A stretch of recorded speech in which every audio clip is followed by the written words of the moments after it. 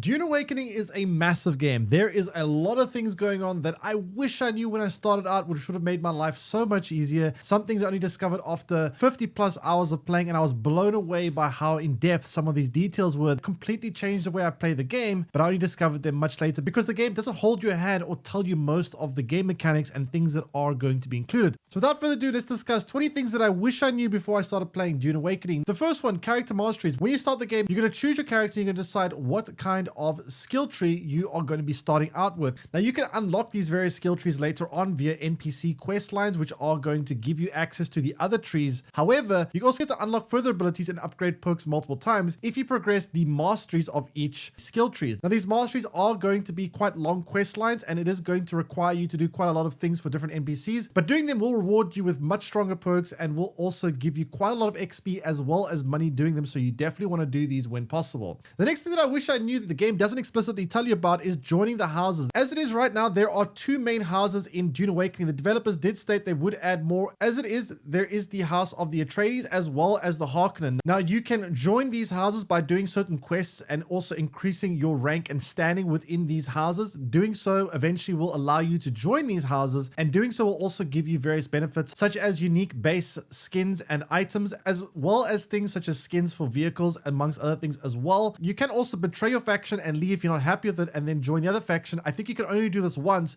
so make sure you decide wisely which one you're going to join, and also keep in mind that they are going to add some factions later on. Now the next thing you're going to want to note is that in the beginning of the game, it is going to introduce you to a quest line called the Trial of Ackle. Now this is going to be a quest for the Fremen. It is in the main tutorial going to show you a few of these quests. However, after a while, they will kind of become like secondary quests where you'll have to go into your journal and progress the story further down. I would highly recommend doing this because not only are you going to get a very cool quest line, which is going to give you a lot of lore and take you to very unique locations in the game, it's also going to reward you with some of the most important rewards in the game. And one of these rewards is going to be the Death Still. Now, Death Still is going to be a structure item, which is going to be able to convert dead bodies into massive amounts of water. And this is going to be by far the best way to get water in the game. It's going to give you huge amounts of water. So as early as you can, it's not very difficult to do this quest line. Make sure you go into your journal and complete the quest of Trial of Ackle, because you're going to get some insane rewards from that. So do that early on when you can. The next thing that's very important is making sure that you always keep the previous set of gear that you have as like your hand-me-down, so to speak, because in the game, it is quite punishing, especially if you do die to a sandworm. You will lose everything that you have on your body. And if you have all your gear on you and you've got nothing left in your base and you have to rebuild or regather it, it can take a long time to rebuild and get back on your feet. Instead, make sure that you don't throw away old items. Always try keep at least one tier of gear below you, so that if you do end up dying to a sandworm, you are able to quickly get back on your feet and at least have somewhat of a starting point instead of starting all the way from scratch. The next thing to talk about is sandworms, the ever looming threat that is going to be on the map. Basically, how it works is you're going to see there are open sand sections of the map, and if you do end up traversing these sections of sand, the sandworms are going to trigger and they are going to try kill you. Now, you can't outrun them. The only way you can get around them is maybe if you fly over them. However, otherwise, they're always going to be faster than you if you're on land. It is worth noting that if a sandworm does end up killing you, not only is it going to destroy your vehicle, but it's also going to completely destroy all the things on your inventory. They won't be dropped. They will simply vanish. It will be as if it never existed. So be very, very careful. Sandworms are not something you want to die to, because it is going to destroy a lot of progress if you do. Now, one of the other aspects of the game that is actually a major component of the game, which I only realized after like 50 hours in the game, is if you fly towards the outer limits of the map, you will be able to transport into the overall world map. Now, you will need to have a Ornithopter in order to do this, so you have to build one of those first. Otherwise, you can fast travel them if you go to a trading post and talk to the kind of like taxi service, which you can then pay, I believe it's 2,500 gold. You can travel to these locations, which is kind of expensive in the beginning, so I would much prefer to have a helicopter. But if you have your own Ornithopter, you will be able to fly to these locations yourself, and it is going to kind of take you to a overall world map where you can fly to these locations. Now, there are some weird nodes there where there's like these fuel depots and there's water depots. Right now, the overall world map is kind of incomplete, so you don't actually need to stop by any of these places. You can fly directly to the locations that you want. When you do visit these locations, they're going to be like these kind of big cities. Right now, there's only the Arakeen as well as the Harko village. This is going to be for for the two factions of the Harkonnen as well as the Atreides. When you do end up visiting these locations, they have a lot of NPC quest lines. You can do a lot of quests for your skill masteries as well as multiple other quest lines that are going to be found in these locations. There's also going to be a lot of shopkeepers where you can buy unique skins such as base building skins as well as vehicle skins and many others. So you're going to want to check these places out quite frequently. Also, if you do end up siding with one house, you can still visit the other house and you can still buy skins for them, but the prices are going to be more expensive on the house that you didn't join. So keep that in mind as well. Now let's talk about storage organization. There's actually going to be a very cool trick, which I only found out much later on.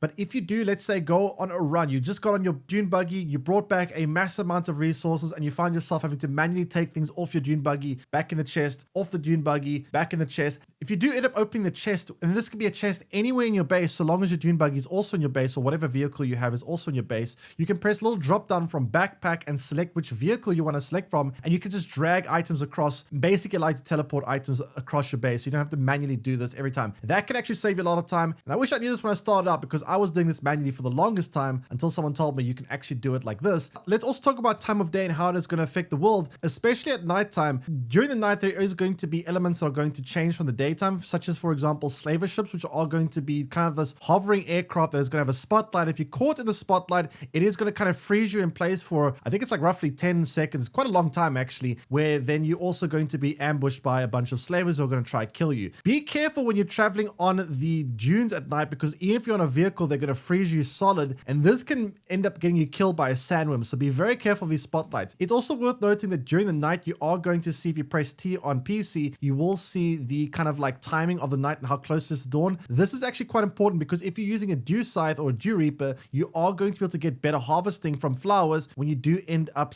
harvesting during the later hours of the morning, aka when you see the clock going to be on the blue meter at the top there. So just keep in mind the time of night is also going to affect basically things like yield when it comes to water harvesting. Now moving on to the next tip, there's also going to be a weekly event, and that's going to be known as the Coriolis Storm Reset. So what that's going to do is essentially it's going to wipe out and reset the deep desert section of the open world map. For those who don't know what the deep desert section is, it's basically going to be a section where you can travel to, and this is going to be like the end game content. Most of the area is PvP. It's going to be a very dangerous area, obviously, because of the fact that there's also very high level enemies here as well. And it is going to have a certain layout. Now, every week when you do end up going to the deep desert, it is going to reset, and they're going to be using pre-selected different layouts. So what you get on one week and the loot you get on one week will be different than the next week. And this is going to reset on a weekly basis. The game will also notify you of this Coriolis storm, similar to how a sandstorm is notified. And this will then alert you several hours beforehand if there is going to be a reset. So keep that in mind as well. Another good tip to mention is don't waste any time on your first base. Don't be like me, because I built myself a pretty big base in the beginning. I put a lot of effort into it. The game is going to tell you fairly early on that it's time to move to a new location, build a base. And when you build that second base, the game is also going to tell you to destroy your previous base. So be careful. Don't waste too much time on your first base. It's going to be destroyed. So in my opinion, build the worst possible base you can starting out, because you're going to soon move on and build your second, more permanent base somewhere else. Another very important tip, let's talk about the open sands, because this is very dangerous if you don't know what's going on. You are going to notice there's two kind of hazards when it comes to traversing the sand. There's going to be drum sand and there's going to be quicksand. Now you can see on your map there's gonna be like these big red circles. The ones with the lines through it are going to be quicksand. The ones with dots are gonna be drum sand. Now quicksand, you can see it's gonna have like a slightly different sandy texture. It's also gonna have like this wavy sand effect above it. That is your indication. You do not want to run over this or drive over this. It's also going to slowly start enclosing and trapping your vehicle and you. But the biggest problem is the fact that it is going to make you lose a lot of time, which is going to allow the sandworm potentially time to aggro on you and kill you. Be very careful of this one. I actually died to a sandworm like this. The first time I drove over quicksand, I wasn't aware of it. And I ended up dying to a sandworm, which wiped out a lot of my progress. Be careful of that. Now, drum sand is going to be another hazard. It's basically going to be zones where the sandworms are going to instantly aggro on you. So be careful of that one, because that is going to give you much less time to get away. So just make sure you are constantly checking your map and plotting your routes carefully, because you do not want to be going into these hazards when possible. Now, another tip that I have noticed that is actually very valuable is you're going to see periodically, you're actually going to hear them most of the time. You're going to hear these explosions, and they're typically going to indicate either one of two things. One, either there's going to be a crashed ship, and two, there is going to be a kind of like an explosion that's going to release spice onto the sand dunes. Now, both these elements are going to require you to expose yourself yourself, go onto the sand. If you want to get these rewards, there's going to be two ways to do it. When it comes to the ships, you're going to have to go to these ships. Again, the sandworm is going to eventually aggro on these down ships and eat them. So you don't have a very long time before you do this. So be careful about that. But when you do go to these ships, you're going to be able to take out your cut array, and then you're going to be able to potentially open up certain hatches, which will give you some very good loot. So be on the lookout for those. It's actually very, very nice loot in there, but it is also very dangerous. So make sure that when you do go there, you're very quick in, very quick out. Don't stick around for too long. I believe each of these ships has 3 hatches, but trying to get all 3 is going to be very dangerous because you're not going to have enough time. Typically, the sandworm is going to aggro on you before you finish that. So just be careful, or you can bring a thumper and potentially distract the sandworm while you end up looting that. There's also going to be spice sand. It's going to be like a big purple spice icon on the mini map, and it's also going to be just like a purple crater on the map. You can also try loot the spice there with the compactor, and this is going to end up giving you obviously one of the rarest resources in the game, and also one of the most valuable resources. You can also sell it for a lot of money if you can, or you can just use it for some crafting recipes. So make sure you're on the lookout for those when they do occur, because other players are also going to try to get them before you. So just make sure you're aware of that. Now, another very interesting aspect about the game is the Lance Reel cycle. Now, this is also going to be a weekly event. Basically, players are going to be able to vote on certain laws and decrees within the world, such as, for example, you can vote for loot on PvP zones being full loot. So instead of only being able to loot maybe money and some schematics, if you vote for full loot, you'll be able to loot everything on players' bodies if the majority of the server obviously votes for that. There's also going to be other things that you can vote for, such as spice trade, currencies, as well as many other things. So there's going to be a weekly kind of like political system. So also make sure you keep your eye out for that, because it's also going to change the rules of the server depending on how the votes go. Another thing that's also worth noting, this might not affect everyone, especially those that are playing solo, but for some people, this actually could make quite a big deal. When it comes to joining alliances or teams, make sure that you align your faction with everyone else that's on the same team, because if you align your house with, say, for example, the Atreides, and one of your alliance members is maybe aligned with House Harkonnen, you aren't going to be able to invite them to your team since you've already put your team onto House Atreides. Now, if you are on a house and maybe someone on your team is neutral, they can still join. However, if they are on an opposing alliance, they will not be able to join you. So make sure that if you're playing with friends, make sure you coordinate and try to figure out exactly who's going to join what alliance, because you need to make sure that you are aligned with the right houses if you want to form an alliance together. Now, another tip that is very valuable is make sure that you try build an Ornithopter. That's not very clear already. It is probably one of the best things in the entire game to build. It's going to take a lot of resources to build. It's going to require a lot of aluminium. So you're going to need to try work your way towards it. But once you build an Ornithopter, the game becomes so much easier because you can fly over the sand, which means you are going to be significantly less vulnerable to dying to sandworms, since you're going to be able to traverse the map without having to kind of drive over the dunes. It's also going to be quite valuable because you can fly over mountains. You're going to be able to kind of go wherever you want, and it's going to open up the world so much, going to make traversal so much faster. Definitely one of the most important things you can do early on is build an Ornithopter. It is going to be one of the best assets that you can invest in. Now, speaking of assets that you can invest in, if you do have too much property or that your base has become too big, you are going to pay increased taxes. How the game works essentially is it's going to look at your total power draw from your base, and it is going to increase the taxes based on the power draw. So if you have a bigger base, you have more devices, more shields, it is going to cost you a bit more tax. Now, don't worry, the taxes isn't going to be an overwhelming amount. You're not going to go into financial depression if you do end up having an extra house or two. Just be aware that the IRS is going to send bounty hunters after if you don't pay your taxes, and they are going to potentially wipe out your base. And this is going to be basically there as a mechanic to make sure that inactive players that aren't,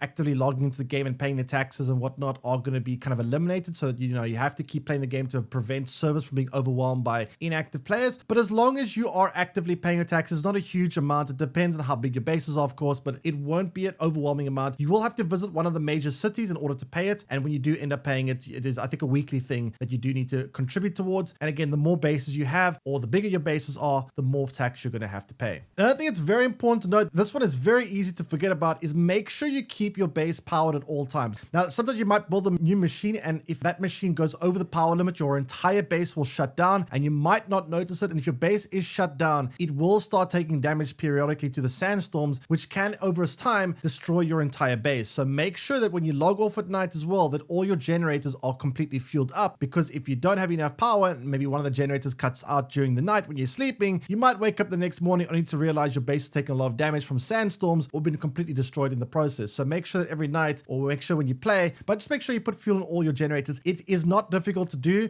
You can get fuel all over the map. There's going to be big batteries you can mine, which is going to give you plenty of fuel. Each fuel gives you 1 hour worth of power, and there's going to be plenty of power to have days, if not weeks worth of power, as long as you just do it, like maybe spend like 10-20 minutes just harvesting this stuff every now and then. Speaking of resources, it's important to note that resources is going to respawn every 10 minutes. So this is going to be things like the iron nodes or things like maybe fuel nodes. They're going to respawn quite frequently. When it comes to loot, things that you're going to find in caves or things that you're going to, or chests you can open, I believe those are going to respawn every 45 minutes. So keep that in mind as well. It's also important to note that when the Coriolis reset happens once a week, it's also going to potentially change some of the resource locations around a little bit. It's not going to make major changes. Maybe if you have like a iron node on the right side of your base, it might not be there. It might instead move like behind your base. Instead, it might move things around in small ways, but it's not going to be a major change, but it is going to somewhat restructure some of the resource locations around a little bit. Now let's talk about the various states of shelter, and this is going to be quite important because each of them are going to have various effects. So the most basic is going to be unsheltered. This means you're fully exposed to elements. If a sandstorm hits, you're going to take full damage. Your vehicles are going to take full damage, and this is going to be basically no protection at all. Then you're going to get sheltered. Now shelter is going to give you minor protection. It's going to make you protected from the sandstorm, but your vehicles are still going to take damage in this state. You can maybe find kind of like mountain ridge or something that gives you a little bit of protection, but it's not going to give you enough protection. This is going to be the next state. Then you're going to get enclosed. Enclosed is going to protect both your vehicles and you, and this is going to be the second highest tier of protection. And then you're going to get water sealed. This is pretty much what you're going to get in a base that's completely sealed off. This is going to be, you're not going to lose any water while you're in your base, and this is going to be the best form of protection. Now it is also important to note you're going to be able to see this at the bottom right hand corner of your screen typically, and it's going to tell you while you're transitioning between the different states of shelter what type of shelter that you are in at the moment. Let's once again talk about sandworms and how sandworms are going to aggro. Sandworms are also going to aggro based on your gears. Certain gears are going to be louder and certain gears are going to be quieter. Some gears specifically can be designed to make you have reduced sandworm aggro. Some items are going to aggro sandworms like crazy. For example, if you have your shield on, it is going to trigger sandworms almost instantly. So make sure you turn your shields off. You can press H to do so before you go to open sand, because if you have your shield on, you're going to trigger sandworm aggro very quickly. So just be aware of that. Different items are going to trigger sandworm aggro differently, especially when it comes to shields and other electronic devices as well.